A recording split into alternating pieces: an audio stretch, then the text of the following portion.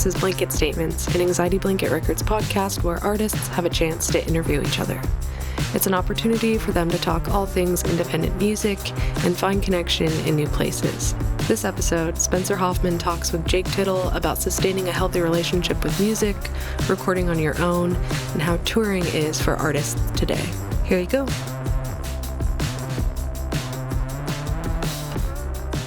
What is your go-to karaoke song?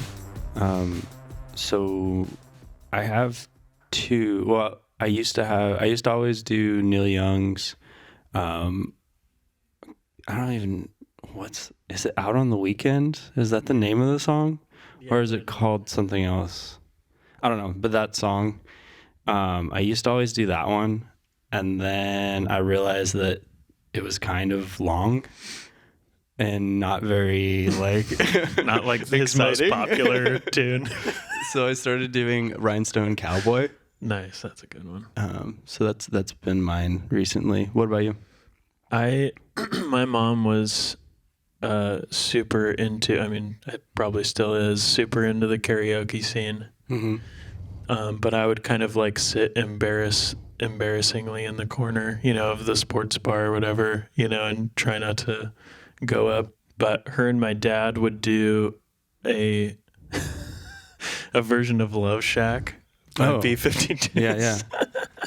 And it would be like, as a duet. Mm-hmm. And so my dad would just come in and be like, Love Shack, baby! Yeah. The hype man. What is that guy's name? But I don't know. I think for me, I would probably, right now I'm in like a major Phil Collins phase. I think I would have to do and there's a good selection because he's basically do almost anything. Yeah, if I had to pick though, In the Air Tonight would slay. Yeah, that's a good one. So did you grow up in Sacramento or did you just move there later? I know that I was born in this like small gold mining town in Jackson, California. Oh, okay. In Amador County. Okay. And it's like an hour east of Sacramento. Okay. And then moved around a lot as a kid, kind of to a lot of little like pockets of that like Northern California area, like Sonora and just all. And then I ended up in Elk Grove, which is kind of a suburb of Sacramento. Okay, yeah. And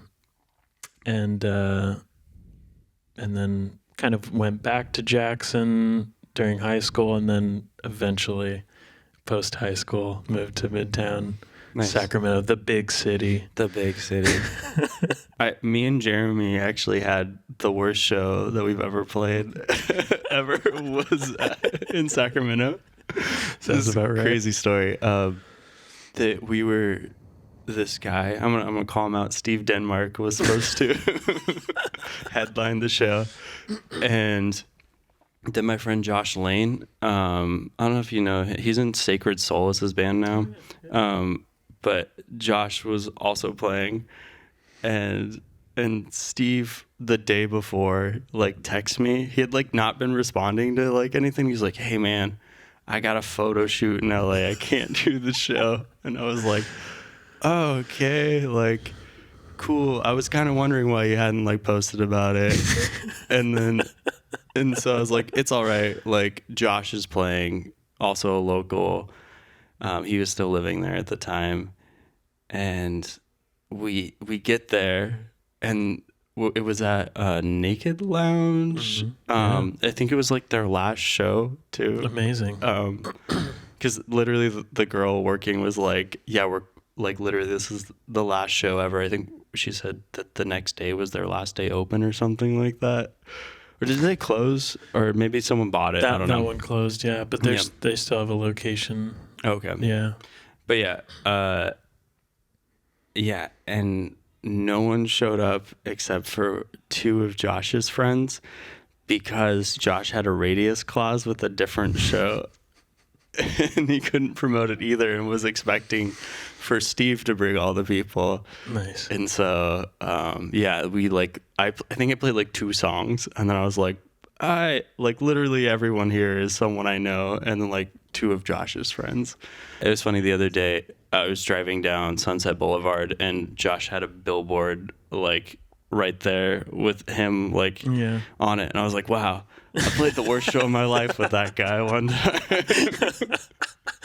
Yeah, I think like I feel like there could be a supercut of people mentioning Sacramento disparagingly, like offhandedly in pop culture, you know? Yeah. The last time I was there was incredible. I played at like the Bear or maybe it wasn't even called Bear. I don't remember what it was, but it was some little bar. Golden Bear. That was it. Yeah. And it was super fun. I mean, it was like a tiny place, so like 20 people in there, felt great. But everyone was like so nice, and my friend Katie was playing harp, like a harp with us, and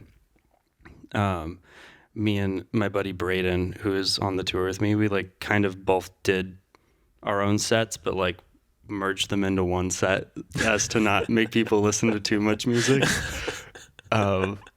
And we kept just joking like, hey, the harp player loves whiskey, and people kept buying her shots. It was really funny. It was just like, yeah, everyone,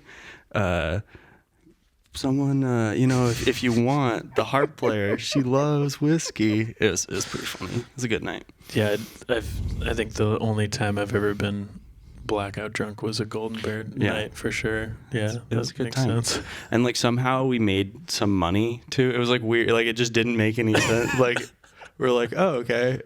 Like made money. And I also had like the lowest expectations for that show on this tour that I was doing, and it ended up being the best show on the tour. So I've had, all kinds of experiences in Sacramento. I think that's kind of how it works on tour sometimes, is like the lowest, like I would go on tour and I would have like really high expectations for like Seattle or like Portland or something, and Portland was always great, and I would have like low expectations of like Reno, and then I would get to Reno like, oh man, I have to play Reno. It's like the final destination before I'm home, so I'm just kind of like dreading it, whatever. And it's like almost uniformly the best show in Reno. Like, that's awesome. And the best time. I've never played in Reno. It's great. Yeah. Yeah, it's really fantastic. Yeah. I worked for a Christian rock band when I was like 20 years old, and they played a show in Reno that was really funny. But yeah, that's actually the only time I've been there even. But yeah, we were like, they were playing in some venue, and then below them there was like a slutty pirate winch competition. Nice. And I walked out of the venue at like midnight, like loading out. I was like the guitar tech merch guy for this band, and I walked out, and there's just like, so as far as you could see, just like girls dressed as pirates. And I was like, what is going on right now? Just like walking out of this like, Christian rock and roll concert. That's my only experience with Reno. I played I played this place, I don't know if it still exists. It was called the Morris Burner Hotel. Mm-hmm. And it was basically a bunch of like Burning Man attendees.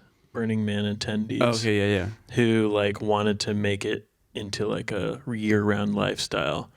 So they all like bought a hotel in Reno and like painted it up and like had apparently sort of like the Burning Man rules of like exchange and barter system and stuff. So it was like an autonomous motel. Okay. And like I think we got paid in like waffles or something. Wow. That sounds awesome. It was pretty great. Like I don't want to live there, but I definitely want to play a show there. Yeah, like I don't ever want to go to Burning Man, but I will go to a hotel ran by Burning Man attendees. It was fantastic. Yeah. That's fun. Yeah. I feel like you'd get away with that stuff in cities like that. Whereas in like, I don't know, larger places, it's like, it's difficult. It's more difficult to have like a, that shoestring of a thing happen, maybe. Yeah, definitely. I don't really see as much. I don't know of any like kind of place like that in LA. Yeah. Maybe it's just like Topanga or something. I'm sure it's all in Topanga. It's all in Topanga. We keep that in Topanga. The city comes by and is like, "Excuse me, you are not zoned for this here. Yeah. You got to go out to Topanga." Yeah. Have you toured in a while? Probably. I haven't noticed of anything. Yeah. No, basically since the pandemic. Okay.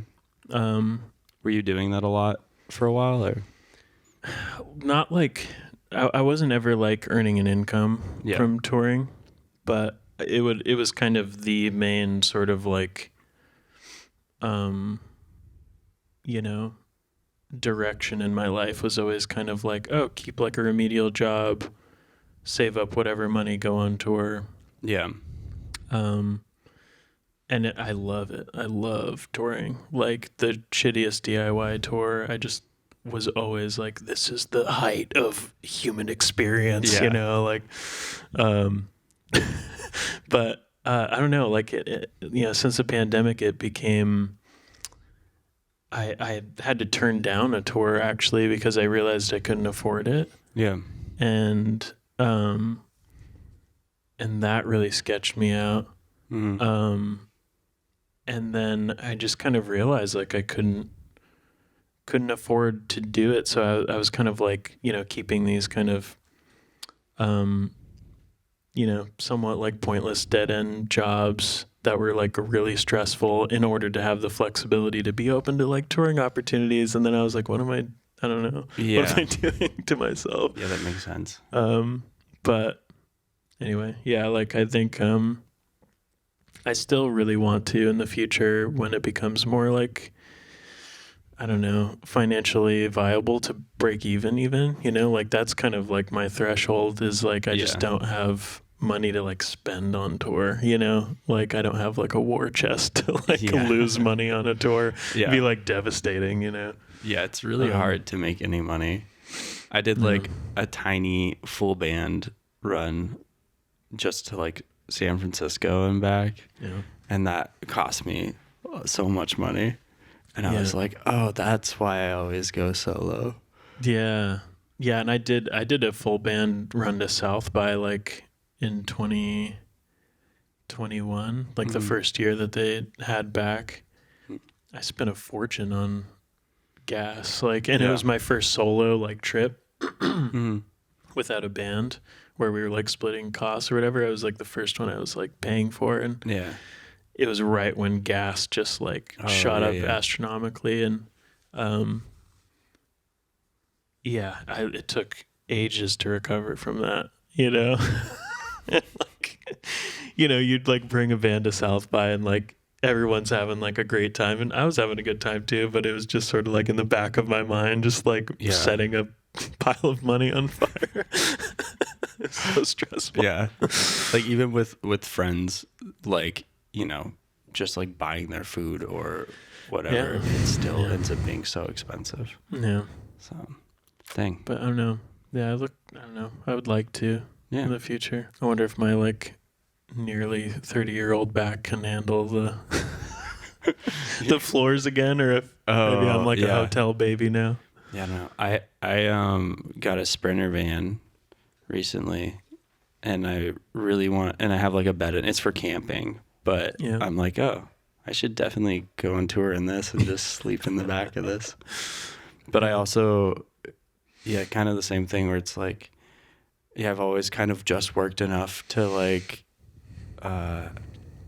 pay off like whatever I need to, and been like, I want to have like the flexibility to be able to go on tour. Like as soon as someone's going to ask me, as soon as I get a, like start trying to work more. My career's about to blow up, like for sure. I need to be, I'm ready. I need to just be waiting by the phone, Paste Magazine is calling me tomorrow. I don't know if you like vibe with this, but I feel like a lot of, I've been like trying, like ever since the pandemic, I feel like I'm really trying to like protect my like ability to make music sustainably. both emotionally and financially, but like, and I think on the emotional side, it's like not putting yourself in positions that will like make you jaded on it. Yeah. And like, so, but it's really, it's hard because there's so many narratives of like, you have to risk it all, be able to like, you know, just like live in the gutter to do this thing, you know? Yeah. And then it's like, there's just as many stories of like kind of jaded, you know, music types that have a lot of regrets, you know? And it's like, I don't want to be jaded. I want to do whatever I can do to like be able to like maintain my relationship with making music. Yeah. Because it's a really good one. I really like my relationship with my creativity and like songwriting, and I never want to get to a point that's like that I like lose that because I like risked too much, you know? Maybe it's because I've already like risked a bit and it didn't, you know, like necessarily like turn out in the way that I hoped or something. I don't know. Yeah, I don't know. Just like I want to like sustain the practice. Yeah, that makes of just making it. You know, that makes total sense. I mean, that's a really healthy way to look at it. Yeah. It's actually, I don't know. I've been thinking about that a lot, just in life, in general. Of like, what are the things that make me happy that I do, and what are the things that I'm just like doing that are just busy things that I do, and I'm like, oh, I need to like somehow structure my life where it's making a little more sense, like especially with work, and then the way that relates to me being creative and being able to do the stuff that I want to do. I don't know, like what you're saying about going on tour and working jobs that you were like so you could be more available. I feel like I've definitely like not put making or like being comfortable financially first over music, and getting to a point where I'm like, you know what, I want to be like not stressed about that. So that I can like wake up in the morning and be like, I want to write a song today, instead of being like, how am I going to pay my bills this month, or like I need to go hustle right now to, you know. Yeah, there's been like long protracted times in my life where I had a lot of free time to make music. Yeah. And had zero inspiration or will because I was just stressed about making ends meet. Yeah. And I think it's like there's like a healthy balance of like not just like chasing money for money's sake, but finding just trying to use like what you have to like get some level of stability if you can, you know, if you're privileged enough to be able to do that, I guess. Yeah. But yeah, I don't know. It's almost like hard to identify with making enough money. I've never made enough money, you know. I did at one point. I think I'm cursed. I did at one point, but then I was definitely not happy. So right, yeah. But I just didn't like that job. But that's I think that was more of a other circumstances. Yeah, there was a while where I had a pretty good job, but I was working all the time, and I think I did it actually like right around when I started the label. Was fully like I quitting my job that paid pretty good, and I'm gonna like take my life into my own hands and do the thing that I want to do, and was like, I'm gonna fully like devote most of my time to this and work a lot less so that I can work more on music. And I think that wasn't necessarily all wrong. Like I also don't think that job was where I should have been. Yeah. But I'm coming to the point where I'm like, oh, there's a balance that needs to be struck, instead of just like going directly into like, I don't know, just being like, oh, I'm gonna live on, I don't know, not, you know, just like put all my money into music and live as cheaply as I possibly can. And I was trying to do that for a while. Yeah. And I was like, oh, I just like also like want to live a normal a happy life. Yeah. So I don't know. Yeah. Yeah, been thinking about that a lot recently, actually. But. Yeah, me too. And it's tough because it's like there's a lot of like hero's journey kind of mythology with. And I'm sure you know how this is like writing a artist bio or on your label, like coming across a lot of artist bios. It's like sometimes you have to like invent this like struggle, or like find the central struggle to whatever release, that's associated with whatever release, because that seems like the only, like way to publicize it or something, or the only way to sell it. And you see that all the time on like American Idol or like, The Voice. It's like, it's like they're singing great. And like right before they go on stage, there's like a sad music that plays and it's like, my hamster has cancer or something, Yeah. And it's like, oh man, and then when they sing it, your eyes are filled with tears. Crying. Yeah. It works. It really works. And it works on me too. Yeah. But it's like, to me, like, I don't know, sometimes it feels really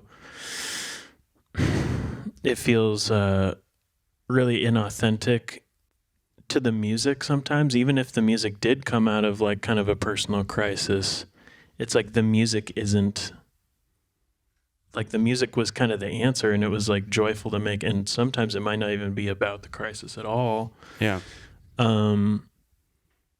Sometimes it is, but I don't know, sometimes it's just really confusing also to be like, this is like really private. Yeah. Like what this music is about is really private. And then, I feel like sometimes I also kind of shoot myself in the foot by like not being willing to publicize something more because it's so personal to me or something.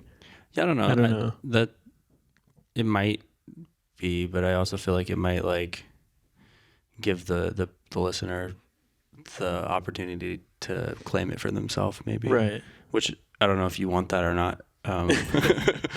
But yeah, I don't. Do you normally is most of your stuff come like personal, or do you normally write from like, or it's probably all over the place, but I don't know, what do you normally, how do you write, like what perspective do you generally write from? I think it's always tied to something relatively personal for me. I think I very rarely am using characters or like caricatures or whatever, or like narratives, or like period pieces or something, I don't know. Yeah. So there is always kind of like a deep personal connection to, what I'm talking about most of the time, unless it's kind of like a nonsense song. I guess that's maybe the only other mode that I have is like that kind of nonsense, Yeah, that makes sense. Meaningless words mode. Yeah. I don't know. Yeah. How about you? Like, do you have like some? Yeah. All of my stuff is it's all personal. Yeah. I wrote a record recently that I'm working on recording right now. That's all about some story, like Raymond Carver stories I was reading. Cool. But I was just like in a place where I couldn't write about myself. Yeah. And I related with the stories a lot. And so I started writing a couple songs, and then it ended up being, I think I have like 9 of them. Yeah. But so none of those are about me, but I do see a lot of myself in the songs. But other than that, I feel like it almost feels wrong to call it a Jake Tittle song if it's not about me. Yeah, man. I also find myself writing songs to a future version of myself. That's cool. Which I think it comes across as kind of a character piece. Yeah. But I don't know if someone else put it this way, but there's like a future there's an empathy that I have with like a future self, who I kind of know is going to go through something. You know, it's like when you kind of are anticipating like a breakup, or anticipating, you know, a death in the family or something. There's kind of some pre-grieving work that I found myself doing in songs, and then later I'm singing them and I'm like, oh, or like maybe I didn't even know sometimes, but then I'm singing them and I'm like, oh, whoa, you know, that kind of came true, or that has like a very specific weight to it now. Yeah. And it's almost like a little present to my future self, who can have this little handhold, I guess, emotionally, like, oh, I was thinking about this, you know, like I was like, I can process this because I already have this little token, even though I can't really write right now about it. I have this old past me. It's so cool that that happens, you know? Yeah. And I feel like, a lot of great, you know, I don't know, so many like tunes probably are written like that, but like Jackson Browne, like writing These Days at like 16 or something. Yeah. There's no way he had the wisdom. There's no way he even know These Days from those days, you know? And like, but he had a kind of almost like collective empathy or something, like a weird, like predictive wisdom. I don't know. Yeah. It's such a good song. That's crazy. I totally forgot that he wrote that so young. I have heard that before, but yeah, that's awesome. Are you? Well, I know that you are done with an EP. Yeah, obviously. But yeah, are you working on anything else? Yeah, I've been chipping away at this big record. Are you tracking the big record yourself, or are you working with anyone on working with Sam Plecker? Okay. And we've been recording it for the past like couple years maybe. And he's been him and I just get together in these like little spurts and kind of chip away at it. It's it started as like an EP. Yeah. And then it just kind of almost became kind of like a journal while I was going through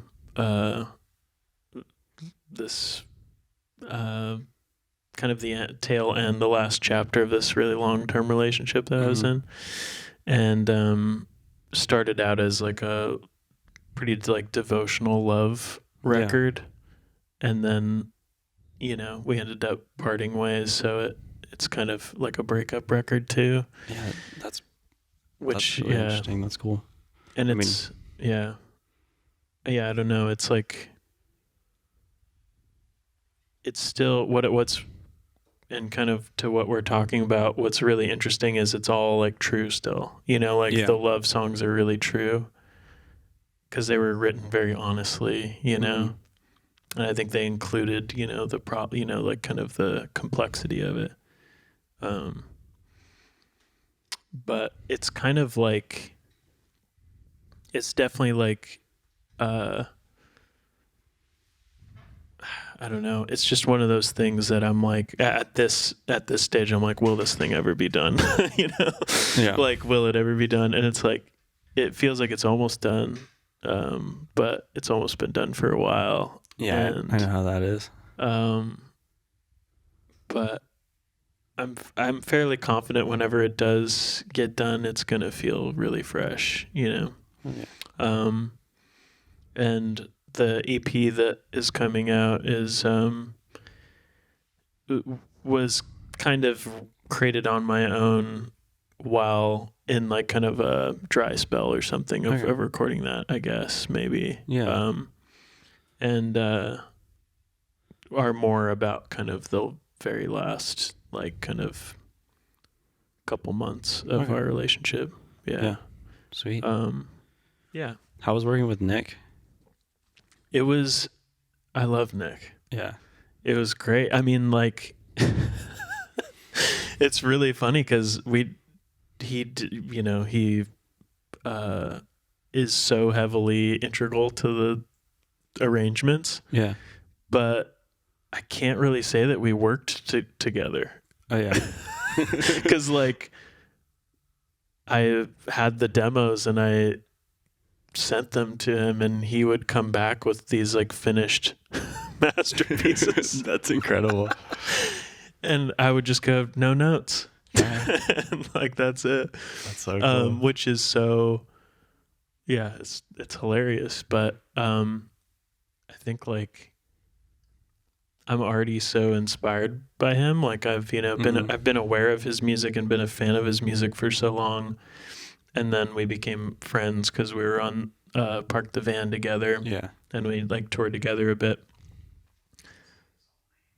Nick Freitas is who we're talking about. Nick Freitas? Yeah. Okay, yeah. Beautiful, beautiful man. Yeah, we toured together. We became buds, and I kind of had these demos in my back pocket, and I wasn't really sure if they were good enough to complete. I just kind of like wrote them and record them pretty quickly on like my tape machine.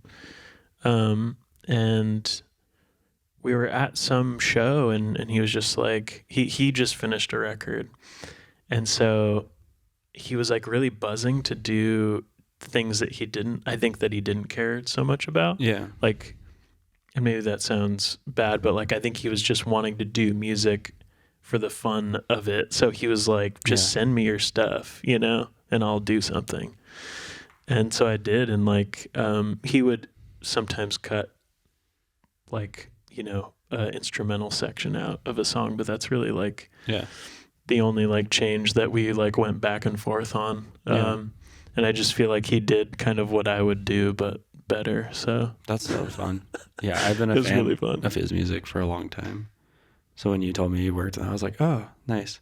And I'd met him I think I told you this on the phone, but I met him one time at one of your shows, and ended up giving him a ride home because Uber was like $100 and something. Yeah. And at the time I was driving this Honda Civic that like was falling apart, and the entire drive he just shit on my car. And it was the funniest. I was like, wow, like one of my heroes is with me. I'm driving him home and he's just shitting on my car the entire time. It was so funny. Yeah, he's the best. But yeah, nice. I love the EP. I can't wait for the rest of the world to hear that. And I can't wait to hear the record. Did you, like your older stuff, did you record any of that yourself, or is that all you've normally worked with people? My first record, like what is out right now currently, my first EP and my first record, was mostly recorded by me. Okay.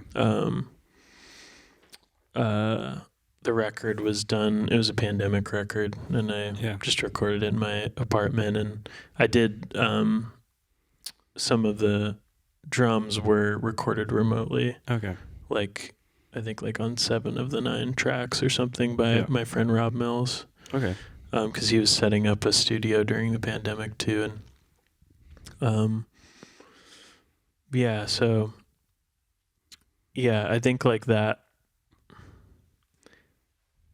there's like a immense freedom to realize that you can just do it yourself. Yeah. And it took forever. It took ages and ages to get to the point where I was like happy with what I was recording. Yeah, that's like, I feel like my goal maybe in soon. I have like, I'm working on 2 records right now with 2 different people. And I've always worked with producers, and recently I'm like, I think I want to try to record myself just for like the freedom of it. I feel like I'll probably end up going back to like working with a producer, but it would be nice to like just be like, oh, I can if I need to, you know, instead of feeling like I have to. And I don't know. I love the way the last record, particularly, and the EP, they both sound so good.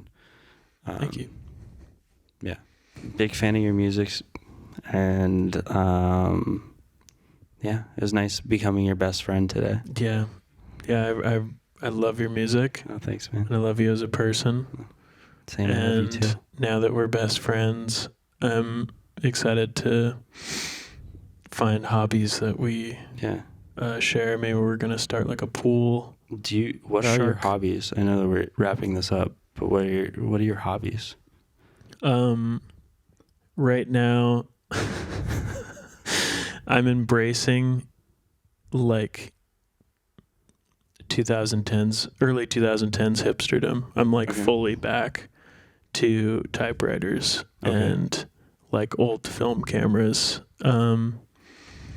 Hopefully not like the choices of hat wear and hairstyle that were associated with that time, but I'm fully like twee, you know, I'm back in there. So I'm repairing old typewriters right now. I'm typing on them. I'm sending letters to my dad. That's so cool. He has a typewriter. We're writing each other letters. Yeah. It's really cute. That is about as cute as it could get. How about you? Do you have hobbies right now? I've been really into watercoloring.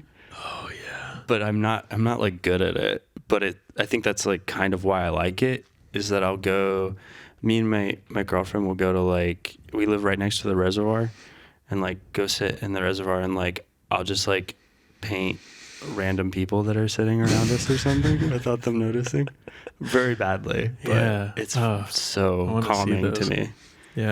That's been my like favorite thing to do right now. Oh, that's beautiful. Well, it's a date. All right, we'll type and watercolor and we'll film it all on your camera.